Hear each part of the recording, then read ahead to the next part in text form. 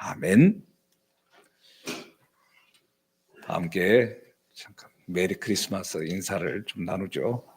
온라인으로 드린 분들은 가족끼리 또 옆에 있는 분들끼리 정 없으면 화면에 저를 향해서라도 메리 크리스마스.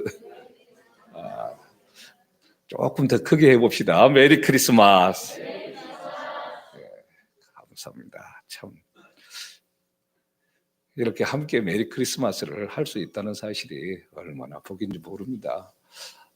필리핀이나 지금 캄보디아나 여기는 그래도 조금 더 나아져서 예배를 그래도 드리기도 하고 지금 그러더라고요. 인터넷 시설이 제대로 되어 있지 않는 곳들은 정말 아무도 예배 드릴 수 없는 그런 모습으로 함께합니다. 그래도 우리는 이 온라인으로라도 예배할 수 있고 또 함께 할 수 있다는 것이 더 감사고 또 이 자리에 함께 예배위원으로 또 소수에 함께 예배 드리는 지체들에게 얼마나 참 감격스러운 순간들인지 몰라요. 그래서 이야기를 좀 나누기도 했는데 다른 분들하고 정말 이렇게 북한, 회교권 이런 분들의 그 마음들을 조금이라도 더 이해할 수 있는 그런 때인 것 같다. 그렇게 했습니다. 그저께도 연락이 선교사님한테 와서 이제 그런 이야기들을 좀 주고받았어요. 정말 좀 그래도 우리가 그런 식으로라도 간접적으로라도 이런 마음들 성탄절이 되었을 때도 제대로 소리내어 찬송할 수도 없고 우리는 그래도 마스크를 쓰고라도 찬송을 하는데 이분들은 그 소리가 밖으로 새어나가면 안 되기 때문에 정말 조용히 입만 뻥긋거리는 그런 모습으로 예배하고 있기도 하는 그런 모습으로 나타나는 것을 볼 때 좀 아쉬운 마음이 있습니다. 그리스도인이든 비그리스도인이든 크리스마스 하면은 떠올리는 사람이 있죠. 누굽니까? 산타클로스. 예수님보다도 먼저 떠올리는 게 산타클로스입니다. 가장 유명한 사람이죠. 원래 이름은 니콜라스죠. 270년경에 소아시아 지방, 지금 이제 터키 쪽인데요. 거기에서 태어나서 많은 선행을 베푼 실제로 존재했던 분입니다. 나중에 이제 대주교까지 되는 그런 모습으로 나타난대요. 네덜란드에서는 이 사람을 산 니콜라우스, ST 이렇게 점 딱 짓죠. 세인트, 성 니콜라우스 이렇게 불렀는데 이게 미국으로 넘어가면서 발음이 산타클로스 이렇게 바뀌었습니다. 지금 우리가 알고 있는 산타의 이미지들 이것들은 사실 만들어진 지 오래되지 않았습니다. 술록이 끄는 썰매 1822년 성탄절 전야 이브라고 그러죠. 성탄절 이브. 이브닝을 줄여서 이브 이렇게 한 건데요. 뉴욕의 신학자 목사였던 클레멘트 무어가 성 니콜라스의 방문 이렇게 해가지고 시를 썼습니다. 이 시에서 처음 제일 먼저 언급이 됐어요. 그 산타가 타고 다니는 술록, 굴뚝, 양말 이런 것들은 이 클레멘트 무어의 목사님에 의해서 이렇게 만들어졌고요.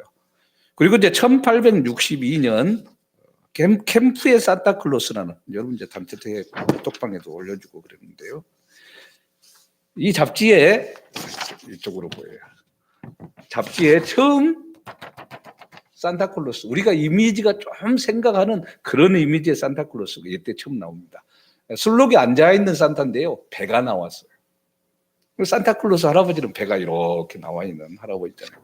토마스 나트스트라는 사람이 처음 바로 이렇게 배가 나온 산타를 볼록 나왔죠. 이때만 해도 산타 색깔이 빨간 산타는 아니었습니다. 언제 빨간 산타로 바뀌었느냐. 제일 처음에 제가 제주에 오니까 공항에서 중산간 도로를 타고 쭉 오는데 빨갛게 건물이 돼 있는 데가 있더라고요. 철조망까지 빨갛게 돼 있어요. 항목 유적지 밑에 지금은 이제 맥주 뭐 이렇게 돼 있는데 거기가 빨간색 일색이었어요. 그 코카콜라. 이 산타 하면 떠오르는 빨간 옷은 이 코카콜라의 마케팅 전략에서 시작이 됐습니다. 그래서 1931년 산타클로스를 모델로 해서 마케팅을 시작하는데 헤돈 선드볼룸이라는 애니메이션 작가가 빨간 복장의 산타클로스 배 딱 나오고 모자 쓰고 하는 이것을 만듭니다. 그래서 결국 지금 우리가 생각하는 산타클로스 할아버지의 이미지는 미국 코카콜라 상업 놀아나는 그런 모습이죠. 오늘은 분명하게 예수 그리스도가 주인공이라는 사실, 이런 예수님을 믿는 사람들은 누구든지 잘 알고 있습니다.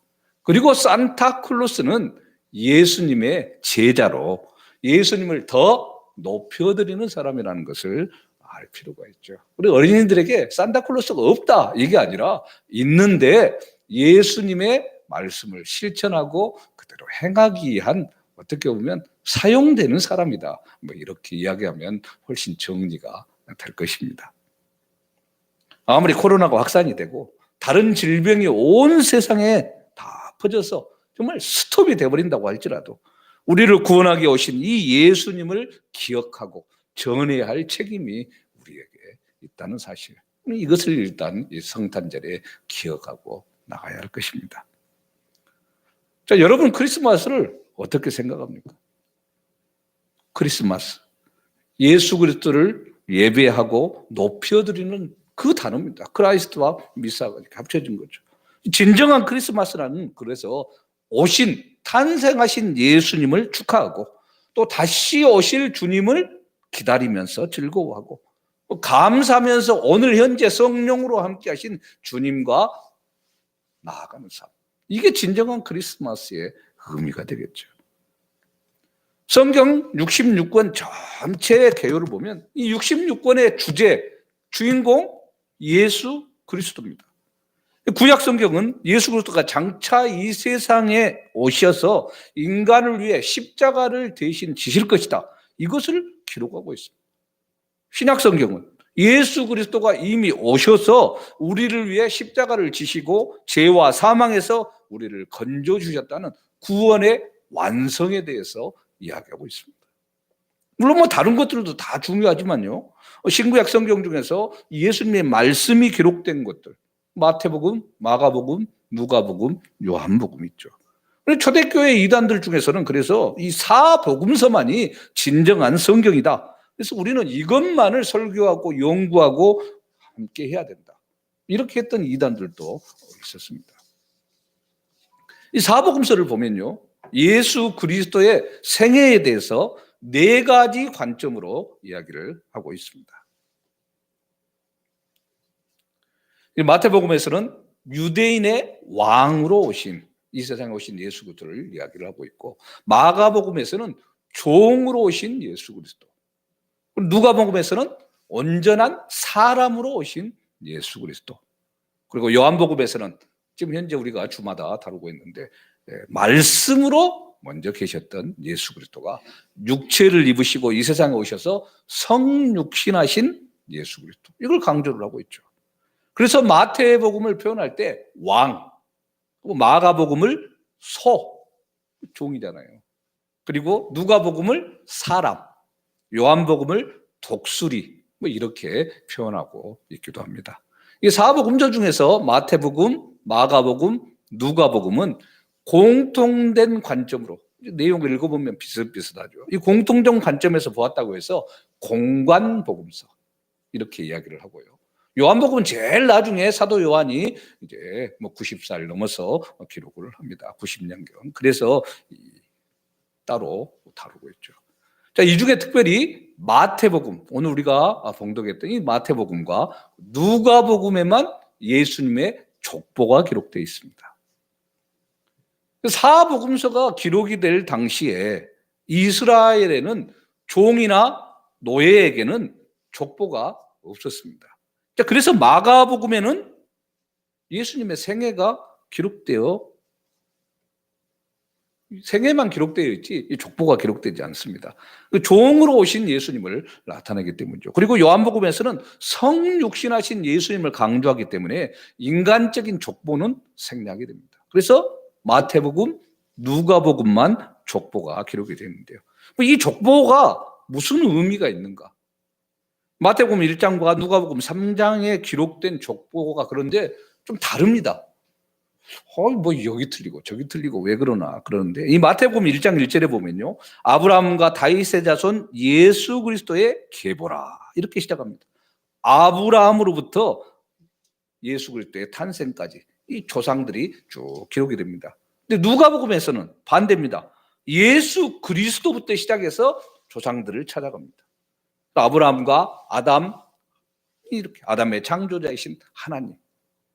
누가복음에서는 예수님으로 시작해서 하나님께, 그리고 마태복음에서는 아브라함, 다윗으로부터 예수 그리스도. 이게 무슨 의미냐? 왜 이렇게 족보가 다르게 기록이 되어 있느냐? 이건 유대인의 왕으로 오신 예수님을 강조한 마태복음은 그 당시 유대인들이 아브라함이나 다윗을 가장 존경하고 아브라함과 다윗 왕의 족보에 대해서 자부심을 가지고 있었기 때문에 바로 그 족보 속에서 예수님이 오셨다는 것, 이것을 강조하고, 그래서 갈릴리의 혁명가 이렇게 생각했던 그 사람들에게 생각을 고치고 정말 예수가 이 구약에서 얘기했던 진정한 구세주로, 메시아로 오셨다, 이것을 알려주는 의미가 있죠. 반대로 누가복음은 이방 사람들한테 기록을 한 말씀입니다. 오늘날로 말하면 예수를 믿지 않는 불신자들, 인본주의적인 문화를 가지고 있는 이방 사람들한테 인간적인 사고의 방식으로 예수님이 누구신가를 알릴 필요가 있었죠.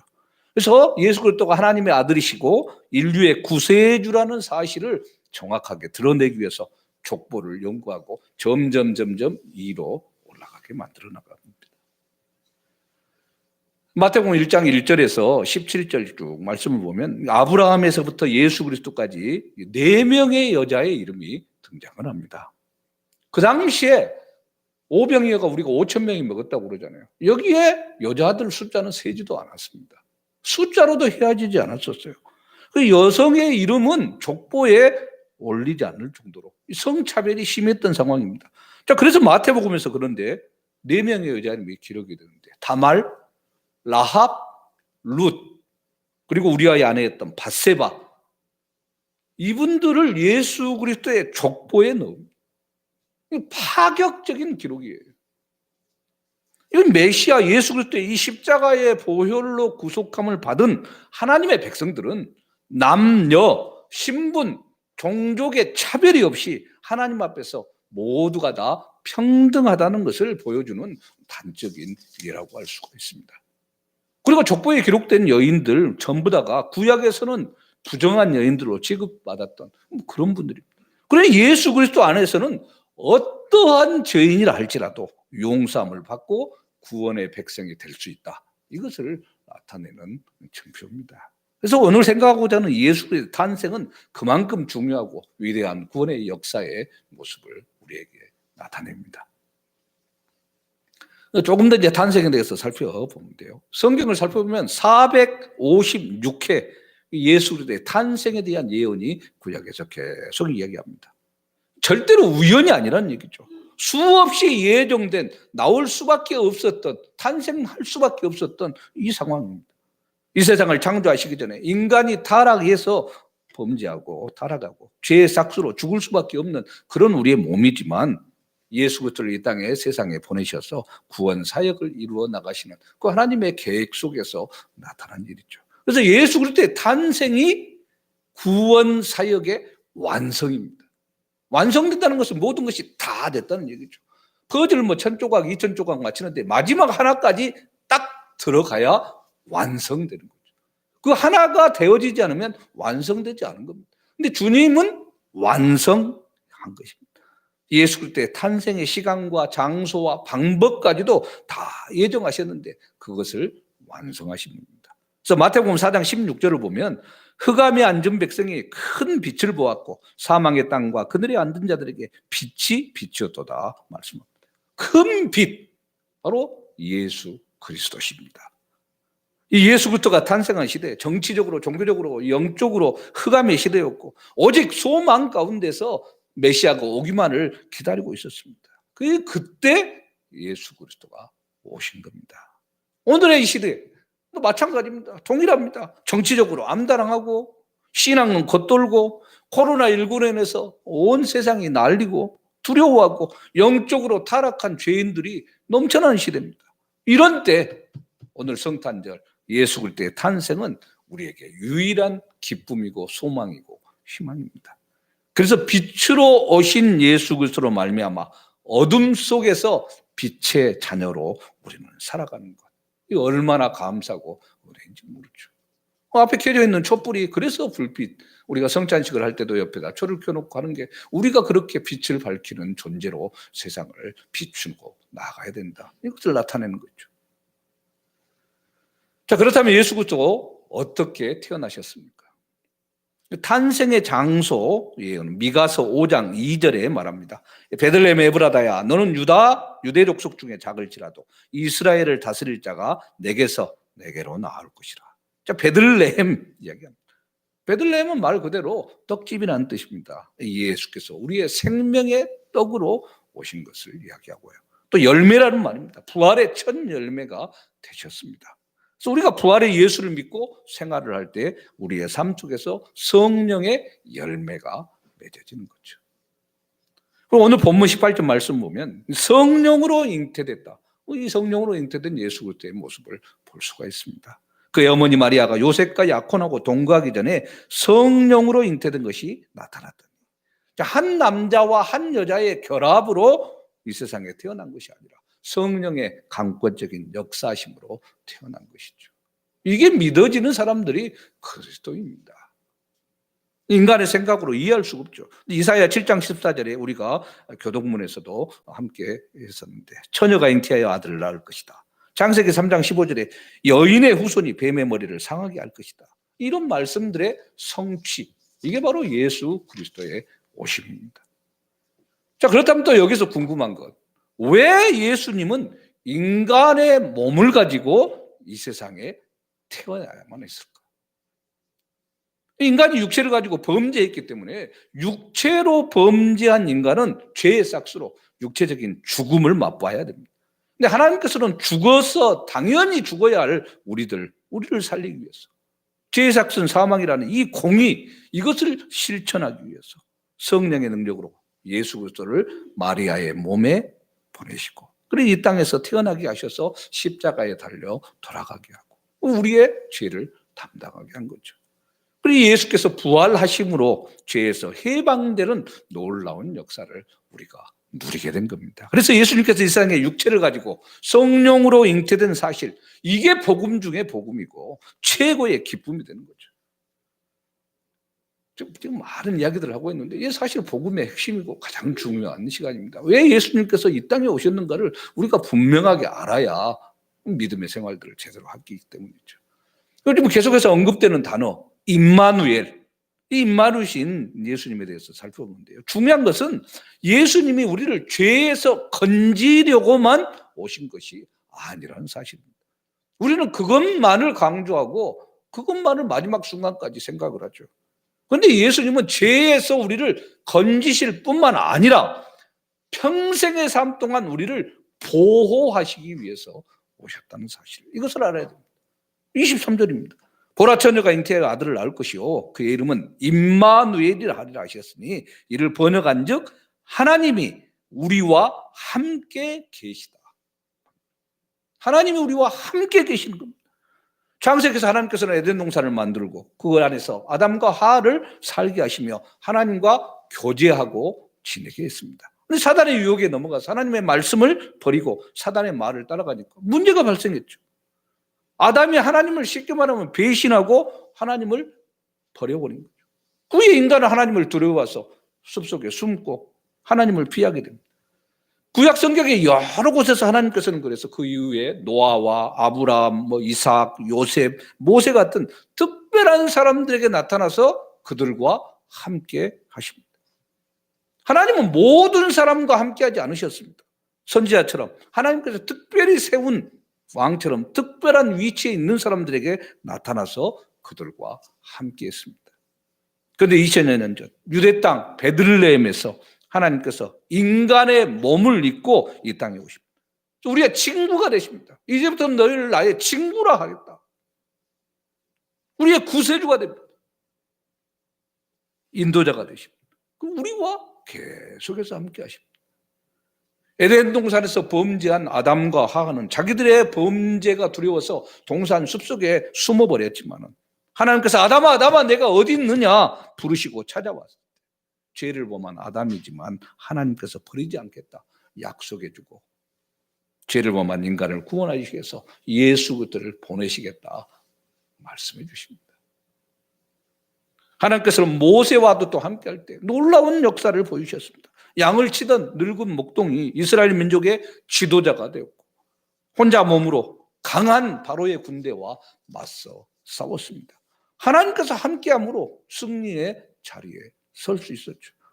예수 그리스도가 이 땅에 오신 것은 바로 우리를 이 죄에서 구원하시고 영원히 함께하기 위함입니다. 함께한다는 것 얼마나 중요한 거죠. 임마누엘 하나님 지금도 우리와 함께 하십니다. 이게 성탄의 의미입니다. 함께 하신다는 것을 아는 것입니다. 인간을 한없이 사랑하는 하나님은 인간을 구원하려고 점점 우리와 가까이 오십니다. 그 임마누엘의 하나님을 좀 짧게 살펴보면요.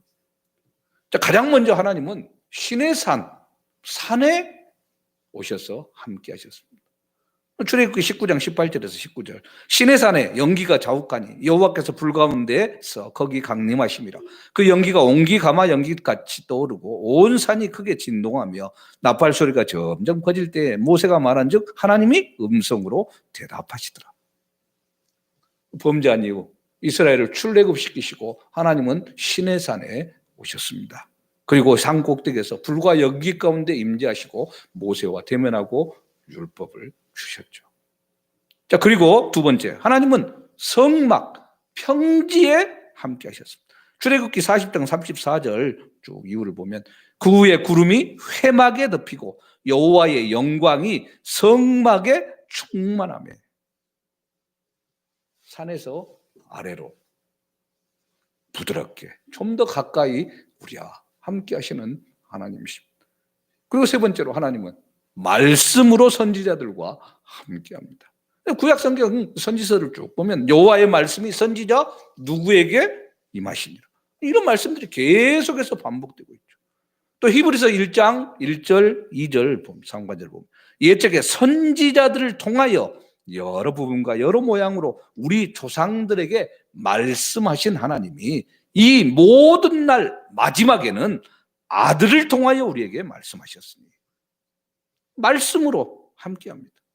지속적으로 산에서 평지로 그리고 말씀으로 찾아오신 하나님. 이제는 직접 인간의 몸으로 우리에게 찾아오십니다. 하나님은 육신을 입고 직접 우리와 함께 하십니다. 이건 마치 외국에 있던 아들이 이 제주에 있는 아버지와 전에는 옛날식 전화로 얼굴을 보지 못하고 통화만 했잖아요. 자, 그러다가 시대가 발달해서 스마트폰 나오고 영상으로 얼굴 보고 뭐 이렇게 하죠. 그러나 이것도 한계가 있잖아요. 직접 손으로 만져보고 함께 껴안고 하는 그것이 중요해서 결국 직접 찾아와 가지고 얼굴을 대하고 함께 하는 것. 이런 모습과 같습니다. 말씀이 육신이 되어 우리 가운데 거하심에 우리가 그의 영광을 보니 아버지의 독생자의 영광이요 은혜와 진리가 충만하더라. 요한복음 1장 14절 말씀. 22절에 임마누엘 하나님이 우리와 함께 하신다는 말씀이죠. 예수님이 육신을 입으시고 우리 가운데 거하시다가 우리의 죄를 지고 속죄의 제물이 되셔서 십자가에 달려 돌아가므로 하나님과 우리와 화목하게 하시고 그리고 승천하셔서 성령님을 보내심으로 영원히 우리와 지내게 된 거죠. 우리와 함께 하시는 하나님. 그리고 다섯 번째로 마지막 하나님은 오늘 지금 이 자리에 성령님으로 함께 하십니다. 예수님이 승천하고 보혜사 성령을 보내심으로 우리 믿는 성도들 한 사람 한 사람 심령 깊은 곳에 함께함으로 영원히 우리를 지켜주고 보호하고 함께 하시는 거죠. 지난주에 우리 주일날 살펴봤던 요한복음 14장 16, 17절에 내가 아버지께 구하겠으니 그가 또 다른 보혜사를 너희에게 주사 영원토록 너희와 함께 있게 하리니 그는 진리의 영이라. 세상은 능히 그를 받지 못하나니 이는 그를 보지도 못하고 알지도 못함이라. 그러나 너희는 그를 아나니 그는 너희와 함께 거하심이요 또 너희 속에 계시겠습니다. 우리와 함께 하시는 분, 우리 안에 거하시는 분, 성령으로 함께 하십니다. 성령은 우리와 함께 거하는 하나님이십니다. 온 세상 죄를 주기 위해서 이 땅에 예수 그리스도를 아기로 보내신 이 성탄의 복된 날, 전국의 모든 교회들뿐만 아니라 우리 나북교회 또한 소수의 인원만 모여서 예배 영상을 유튜브로 또 라이브톡으로 지금 송출하고 있고, 교우들이 각자 처한 곳에서 온라인으로 예배하고 있습니다. 그러나 현장에서는 온라인으로건 어떻게 어떤 장소에서 예배하건 상관없이 분명한 것은 우리 안에 아기 예수로 오셨던 그 주님께서 우리의 죄를 대신 지고 십자가에 달려 돌아가셨다가 3일 만에 부활하셨고 승천하심으로 성령을 우리 안에 부어주셨다는 사실입니다. 그렇기 때문에 우리는 오늘 이 성령의 도우심을 힘입어서 진정한 성탄을 알고 지키는 그리스도인으로서 각자 장소에서 예배하는 겁니다. 성령이 계시지 않다면, 오늘 이 예배당 안에만 주님이 계시다면 죽는 한이 있더라도 이 자리에 함께 와야 되겠죠. 그러나 어느 곳 어떤 곳에 있다 할지라도 내 안에 함께 거하시는 주님이 있기 때문에 영상으로도 또 그리고 직장에서 근무를 하든 각자의 영역 속에서 하는 겁니다. 성령의 도우심을 힘입어서 진정한 성탄을 지키는 그리스도인, 이 각자의 자리에 서는 우리의 삶, 그게 중요한 것입니다. 비록 코로나19가 제주 땅을 계속 퍼져나가게 하고 학생들은 대면 수업하고 못하고 다 비대면으로 수업을 해야 될 판이고, 가게들은 손님이 비어있고 4명 이상 모이면 문제가 심각하고, 가족끼리 우리 가족이 5인 가족인데 주민등본 가지고 다녀야 모일 판이에요. 그야말로 사는 모습이 엉망진창인 그런 모습이 됩니다. 그러나 그럼에도 우리가 웃을 수 있고 소망을 가지고 다시 일어설 수 있는 것은 하나님이, 예수님이, 성령님이 오늘 우리와 함께 하시기 때문입니다. 주님과 함께하는 삶, 그 세상에 어떤 누구보다도 무엇과도 비교할 수 없는 최고 최상의 기쁨이고 감사고 은혜라는 사실, 이게 성탄이 오늘 우리에게 주는 메시지입니다. 다른 어떤 성탄보다도 코로나19의 상황 가운데서 힘든 이 속에서 오히려 더 깊은 의미로 우리에게 다가오고 있고 더 가슴 깊이 느끼게 하는 성탄입니다.